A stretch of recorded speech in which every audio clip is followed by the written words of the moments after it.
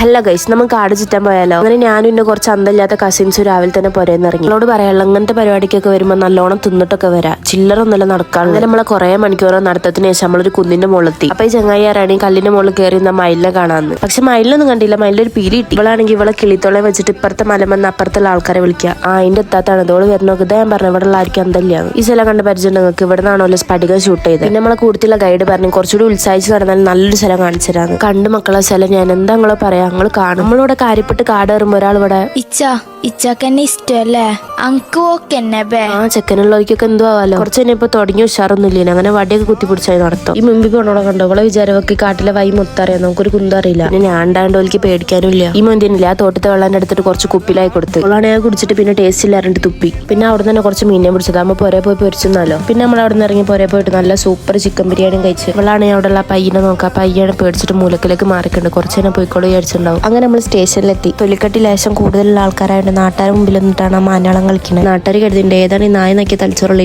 പക്ഷെ we don't care. പിന്നെ പറഞ്ഞാൽ ട്രെയിനിൽ തീരെ തിരക്കില്ലാത്തതുകൊണ്ട് നല്ല സുഖമായിട്ട് പോകാൻ പറ്റി. അപ്പൊ അത്രയുള്ളൂ. ബൈ.